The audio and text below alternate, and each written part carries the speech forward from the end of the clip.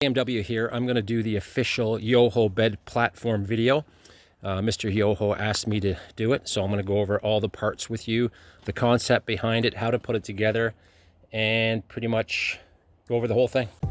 Okay, I'm going to show you what's in the box. You've got the two sides, the headboard and the footboard. The two straps are there, and this guy is pretty cool. This is a little light. You just got to pull that battery tab out and it makes contact with the battery. And it's got Velcro on the back, so you can stick this to the headliner of the 4Runner and just hit that, and it's a light. Little LED light in there, so when you're camping. The only thing this is missing right now is the two blocks that I have already installed. This is the IKEA beam. One goes on each end. It just screws in the bottom. And the other thing here that I'll show you what it's for is this guy. This piece here is if you're going to do single, just use half of these bed slats. So in case you want to have a cooler or something on the other half, you would add this in so the slats don't slide out from under you. And I'll show you that in one sec. Here's that little LED I was talking about. And you can just stick it to the headliner anywhere you want it and just hit the button and it's on. Pretty cool. Okay, so I've got the seats folded down and this is the kit that we just went over. There's that centerpiece. I'll show you that in a second. These are those quick disconnect Velcro straps. Take those off, stick those aside. Okay, so these guys are all named so you're not going to get mixed up as you're going. Back says back on it. Front. Obviously that's the front of the car. They have these, there's no tools needed to put these together. These brackets just clip together. So really you don't need anything. Or you'll need a screwdriver to put on those blocks I showed you that were on the IKEA center beam. But for the bed, to put the bed together, you don't need anything. So here you go, here's a side. Here's a side, and it says front and side. So you know that's going to the front. So basically you're going to rest it on your wheel well, and it fits snug underneath your back seat latch. I don't know if you can see that. This is your back seat latch, and it fits perfectly underneath there. Here's the other part, the other side, and again it's marked so you know this is the front, it's going to the front, and that's a side piece. So again, we're going underneath that back seat latch, and it's resting on the wheel well. Okay, here's the front piece. And it's got a little latch on the back that basically hooks right over top of that existing back seat latch. So that's your headboard. Okay, so here's how it goes together. This sits there and locks in, and that's it. It's in. It's not going anywhere. So this is the front. I'm going to go around and do the other side now. So that's it. There's no tools involved in putting this together.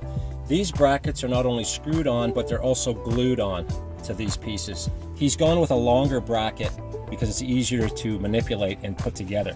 And again, it only takes a few minutes to put this thing together. So again, they sit in there and they go down. That's it. Okay, so we've got the sides in, and they're, like I said, they sit on this back wheel well, and they're locked in underneath those rear clips for the back seats when they're up. And now we have the back piece. So basically what happens is, if you take a look at these pins on the hardware, and then we'll take a look at the side rail now. Those pins fit into these large holes, and then the headboard locks in by pushing it down, and then everything's level. And from there, the straps that we have go through the loops on the backboard and tie into these tow hooks down below. So basically now they're pulling down on this whole bed system. They're cinched down tight, and it can't go anywhere because it's cantilevered now with these back seat loops. So this board cannot go down. If I'm pushing this thing down, it can't go down. And any weight forward can't go forward. For one thing, you've got the clip on the back seat, and also it's cantilevered over that way, and the straps are holding the sides in. I'll show you that here in a second. So basically we'll put this backboard on right now, and we'll go from there. So basically what happens is these guys lock in. Make sure your sideboards are against the sides of the 4Runner, and they lock down. That's it. Everything's flush here. These guys are tied in. And now if I put my loop through here, which I will here in a second, and cinch it up to these tie downs, there's no way anything can go anywhere. You can't go forward, it can't go backwards, it's rock solid. Okay, I'm gonna go to the next side and do the other. Okay, here we are on the other side. Again, they just sits in and that's it, it's locked in, it can't go anywhere. Now we're gonna put these Velcro straps on. You can put them on however you like. This is how I do it. And that's it. And now I'm cinching them down. It doesn't have to be crazy tight because it's already locked in place. Cinch them down, and that's all the hook and loop, the Velcro, and that's one. It's not gonna go anywhere. Let's do the other side. Okay, here's the last side. And again, I'm not cranking it. It doesn't have to be really, really crazy tight. That's it. And again, it can't go anywhere. It can't go down because it's locked in by the seat latches. And at the head, it can't pivot up because it would have to cantilever. You literally have to break the sides of this. The beds are made out of Western red cedar and smell great. So these blocks, you get 2 of them in the package I showed you earlier. Basically, you just screw those on, a couple screws. These are pre-drilled at the back, so it's pretty simple. So that's the only thing you'll need tools for. You'll need a little screwdriver for that. This is the Scorva bed beam from IKEA. This does not come with the kit. You need to buy this and the slats from IKEA. But these blocks fit on this IKEA bed beam. So the bed beam just hooks onto these brackets, just like an IKEA bed does, and pops in. That's it. You do it on both ends, and you're done. That's it, done. So we've got the center beam on, piece of cake. It takes no time at all. And now we're gonna put the slats on. Here are the bed slats from IKEA. Now the bed system comes with a total of 2 straps for the tie downs. You can use these for whatever you want. I've used 2 here just to hold the slats together. But it's pretty compact. It doesn't take up any space in the garage. Anyway, so we'll get these out and we'll lay them in just like an IKEA bed system. It's a bit of a pain in the butt if you've only done it once or twice, but I've done it a number of times, so it goes pretty quick. So it's got these rubber stoppers on the sides. There's 4 of them, 1 on each corner. And over here, you have those wooden blocks, and I'll show you how that works. So basically, you grab your IKEA slat, and you're just gonna fit it underneath, and then it hooks on behind that rubber bumper, and that's your first one. It just makes the system easier so the slats aren't falling all over the place. All right, I'm gonna finish the slats. So we got the same stuff going on up front here, and we've got a little bump stop. You're grabbing these 3 pieces. You're not gonna be using those. And you're gonna throw them underneath. You put this guy here and that guy on the bump stop, and you're ready for the second side. If you're gonna be by yourself, you don't need both sides. Just put the 1 set of slats on. The only problem was with that, if you don't have anything holding these slats in, they're gonna fall out and you might end up on your butt. So it comes with this little guy here.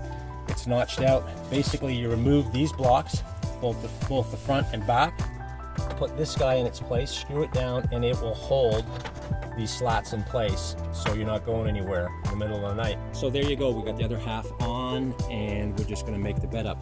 Now this will fit a full-size mattress, but you probably won't want to use that. It's hard to store a full-size mattress. So what I use is 2 layers of cheap Walmart foam. I think they're 2 inches each, and just put it right over top. Or I also have a single mattress thing that I could show you.